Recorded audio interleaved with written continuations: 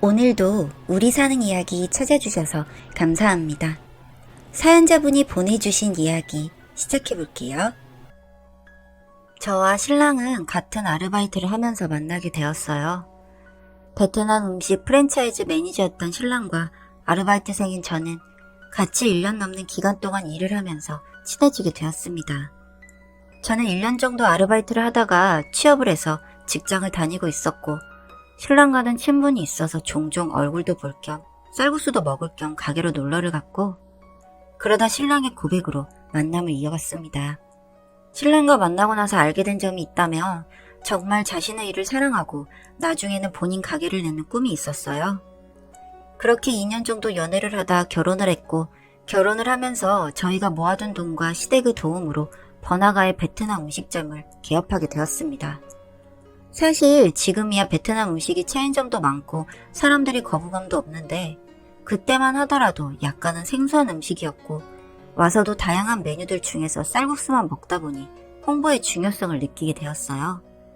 그래서 남편에게 홍보를 좀 해보자고 했고 남편은 굳이 그럴 필요가 있나 했지만 저의 주장으로 가게 인테리어도 좀 더 베트남 느낌이 들게 라탄 재질을 많이 사용했고 예쁘게 포토존도 마련해두고 홍보 업체를 이용하여 본격적으로 홍보도 시작했습니다.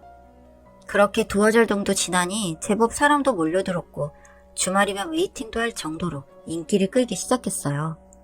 저희 가게 분위기는 최대한 베트남 느낌이 나도록 하기 위해서 아르바이트생도 베트남 사람을 고용했는데 일손이 부족하게 되어서 기존에 일을 하던 사람의 지인을 추가로 고용하였습니다. 저는 회사 생활을 하다 보니 매일 들러서 볼 수는 없었지만 새로운 직원이 오고 나서 가게에 손님도 더 늘어나고 특히 베트남 손님들이 많이 늘었다고 했어요. 제법 우리나라에 거주 중인 베트남 사람들에게 입소문이 탔다면서요. 신랑은 힘들다고 하면서도 쉬는 날도 없이 일하는데 뭐가 그렇게 기분이 좋은지 항상 싱글벙글이었습니다. 뭐 힘들긴 해도 본인 장사가 잘 되어가니 그런가 보다 했어요. 저는 주말에는 대부분 신랑 가게에서 일을 도왔는데 주말 아르바이트생인 한국 학생이 저를 보고 언젠가 조용히 이야기를 하더라고요. 사모님, 이런 이야기 실례인 줄 아는데 평일 알바하는 베트남 분들 한국말 잘 못하시나요? 아니, 한국말 잘하기도 하고 싹싹해서 같이 일하고 있는데 마주칠 일도 별로 없을 텐데 무슨 일 있어? 다름 아니라 평일 마감이나 비품 같은 걸 항상 정리를 잘 안 해두고 가서 주말에 일을 바로 시작할 수가 없고 일을 하다가도 자꾸 없는 게 많아서요. 사장님께도 몇 번 건의를 드리긴 했는데 알겠다고 말만 하시고 바뀌지를 않네요. 그럼 오늘 퇴근하고 내가 다시 말해둘 테니 너무 신경 쓰지 마요. 그리고 주말 알바 바쁘고 힘들 텐데 늘 열심히 일해줘서 고마워요. 하고 짧은 대화를 마쳤습니다. 주말 알바가 일을 할 때 이런저런 어려움이 있었는데 신랑이 평일 알바에게 내용이 잘 전달이 안 된 부분 같았어요. 그리고 퇴근 후 신랑에게 이야기를 전했고 신랑은 처음 듣는 이야기처럼 평일 알바들에게 말해두겠다고 했습니다. 아무래도 이런 부분은 알바생들을 여럿 두다 보면 생기는 일이라 생각했고 가볍게 넘어갔습니다. 그렇게 반년 정도 시간이 흘렀고 가게도 안정이 되어가니 이젠 저도 이세를 계획해야겠더라고요. 그래서 신랑과 이야기를 했고 남편도 동의를 했습니다. 그런데 마음과 달리 아기가 잘 생기지 않는 거예요. 결혼 전에는 결혼하면 다 자연스럽게 임신이 되는 줄 알았는데 그게 아니었고 그렇게 시간이 흘러가니 시댁 어른들도 아기는 언제 갔냐며 보채기 시작하셨습니다. 며느라, 요즘 좋은 소식 없니? 네, 무탈하게 잘 지내고 있어요. 열심히 사는 것도 좋은데 세상 일은 다 때가 있는 법이다. 지금 너희가 한 푼 두 푼 버는 것보다 아이를 낳아서 기르고 배우면서 어른이 되어야 할 때야. 네. 신랑이 일 때문에 힘들고 하면 네가 더 노력해서 좋은 것도 챙겨 먹이고 해야 아기가 생기지. 한두 번 이런 일들이 반복이 되다 보니 저도 스트레스를 많이 받았고 집에 가는 길에 홀로 머리가 아파서 카페에 앉아서 쉬고 있었는데 반가운 얼굴을 만나게 되었습니다. 바로 전에 저에게 말을 걸었던 주말 알바 학생인데 저에게 반갑게 인사를 하고는 쭈뼛거리고 있더라고요. 잘 지냈어? 무슨 할 말이라도 있어? 네? 그리고 한참을 뜸을 들이던 알바 학생 저에게 이야기를 시작했는데 그 내용은 정말이지 충격적이었습니다. 제가 이런 말씀 드리는 게 주제넘는 질문인 건 알고 있는데 혹시 평일 알바는 그대로인가요? 응? 응, 아직 그대로 일하고 있어. 아, 저 혹시 그 알바 중에 여자 알바분이랑 사장님이랑 밤 늦게까지 식당에 자주 있으시고 여자 알바가 가끔 가게에서 자고 가기도 하던데 그런 것도 아세요? 밤 늦게까지 있는 건 모르겠고 자고 간다는 건 무슨 말이니? 토요일에 오픈하러 일찍 가게를 가면 가끔 평일 여자 알바가 문을 열어주고 나가곤 했어요. 아, 고마워요. 확인해볼게요. 주제넘는 소리해서 죄송해요. 그래도 사모님은 좋은 분 같으셔서요. 신랑이 본인 가게를 너무도 좋아하고 밤이면 새로운 메뉴 개발도 하고 하느라 늦거나 가게에서 종종 자는 날도 있었는데 그 알바의 말을 듣고 나니 제가 너무 무신경했나 하는 생각을 하던 차 마침 그날 저녁에 신랑에게서 연락이 한 통 왔습니다. 신메뉴 개발 때문에 늦을 것 같아 먼저 자. 저는 여는 때와 같이 알겠다고 답장을 했고 신랑 휴대폰이랑 연동이 된 노트북으로 CCTV를 켰습니다. 계속 CCTV만 보고 있을 수는 없으니 노트북을 켜두고 TV도 보고 저녁도 먹고 시간을 보내고 있었는데 몇 시간쯤 지나니 퇴근했던 평일 알바가 편한 옷차림을 입고 들어왔고 주방에서 요리를 하던 신랑도 테이블에 앉아 같이 저녁을 먹는 게 보였습니다. 이때까지만 해도 그냥 둘이 저녁을 먹나 보다 했습니다. 그런데 그 이후 진열장에서 술을 꺼내와서 같이 먹고는 매장 안쪽에 소파 자리로 들어가는 게 보였는데 그 이후의 장면은 정말 입이 떡 벌어지게 만들었습니다. 네, 맞습니다. 그 가게 안에서 둘이 관계를 하고 있었어요. 가게 전면이 유리창이라 사실 불을 꺼두더라도 안쪽을 유심히 보면 보이는데 미치지 않고서야 어떻게 매장에서. 놀란 마음에 사진을 찍을 생각도 못하다가 번뜩 정신을 차리고 휴대폰으로 사진을 찍어뒀습니다. 그날 새벽이 되어서야 신랑은 집에 돌아왔고 샤워를 하고 잠을 자더군요. 저는 속이 터질 것 같았지만 참고 참다가 다음날 저녁 신랑과 이야기라도 해봐야겠다는 마음으로 마감 시간에 맞춰 가게를 갔는데 마침 평일 알바가 퇴근을 안 하고 있길래 잠시 앉아서 이야기라도 하자고 하며 셋이 자리에 앉았습니다. 전 뭐 돌려 말하고 그러고 싶지 않았어요. 두 사람 무슨 사이예요? 제 물음에 둘은 한동안 말이 없더군요. 제가 또 한 번 무슨 사이인지 묻자 신랑은 그제서야 황급히 평일 알바를 집으로 보내고 다시 자리에 앉았습니다. 어제 우연히 CCTV로 다 봐버렸어. 할 말 없어? 안 그래도 이제 말하려고 했었어. 우리 이혼하자. 비로도 모자랄 판에 신랑은 저에게 이혼을 요구했습니다. 이혼을 요구해야 할 사람이 누군데 신랑의 이혼 이야기에 머리 끝까지 화가 난 저는 근처에 장식되어 있던 인테리어 소품들을 신랑에게 집어 던졌습니다.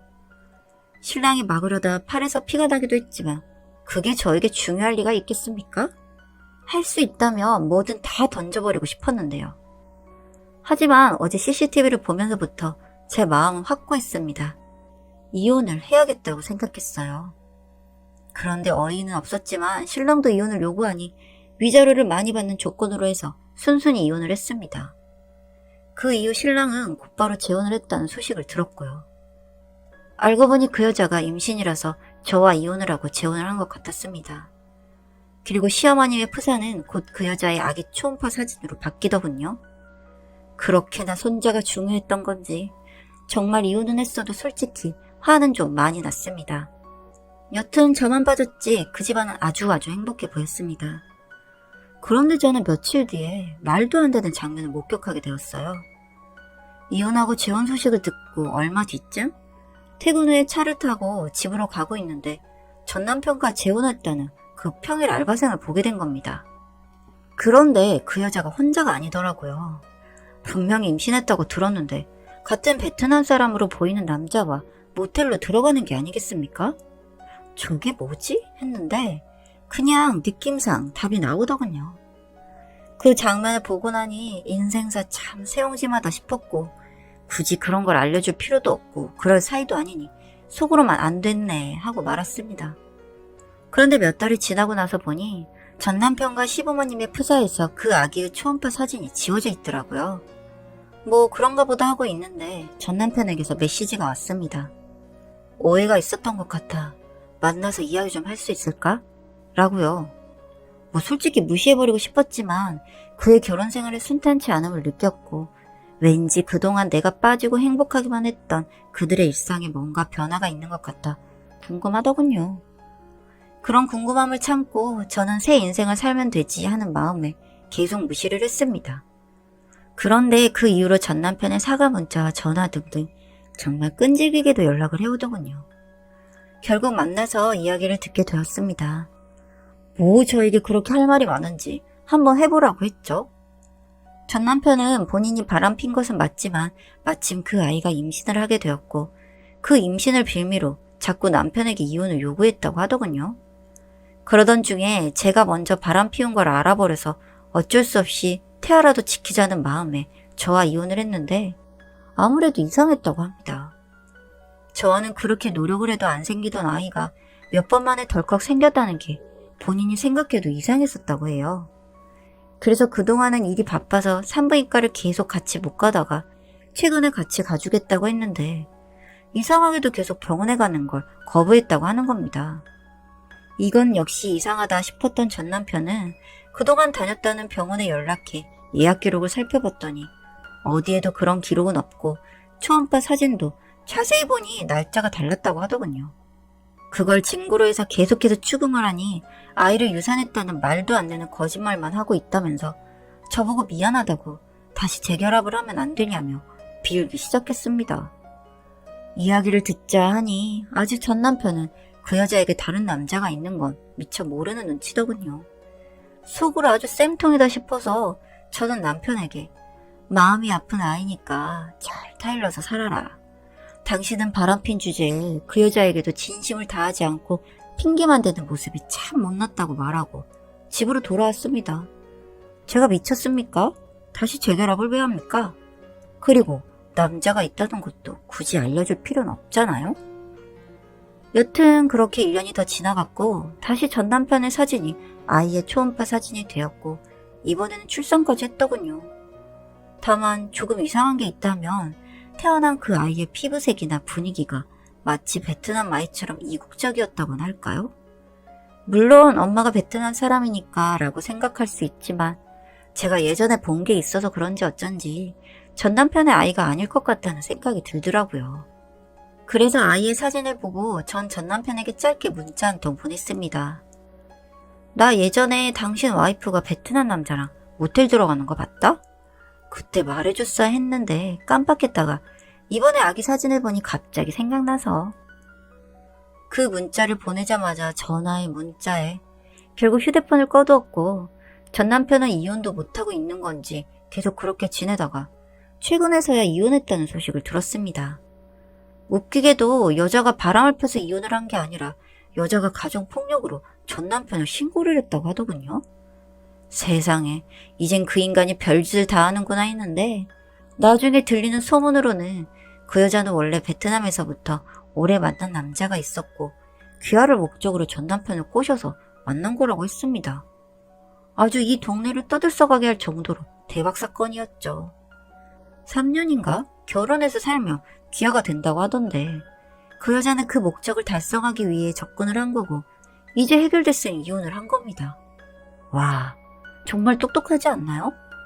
그나저나 그렇게 애 안 생긴다고 달달 볶던 시어머니는 피부색 다른 손주 안아보셨을 때 어떠셨을지.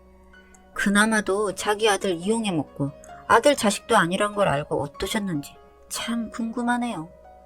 이래저래 고소하기도 하고 웃기기도 해서 사연 보내봅니다. 긴 글 읽어주셔서 감사합니다.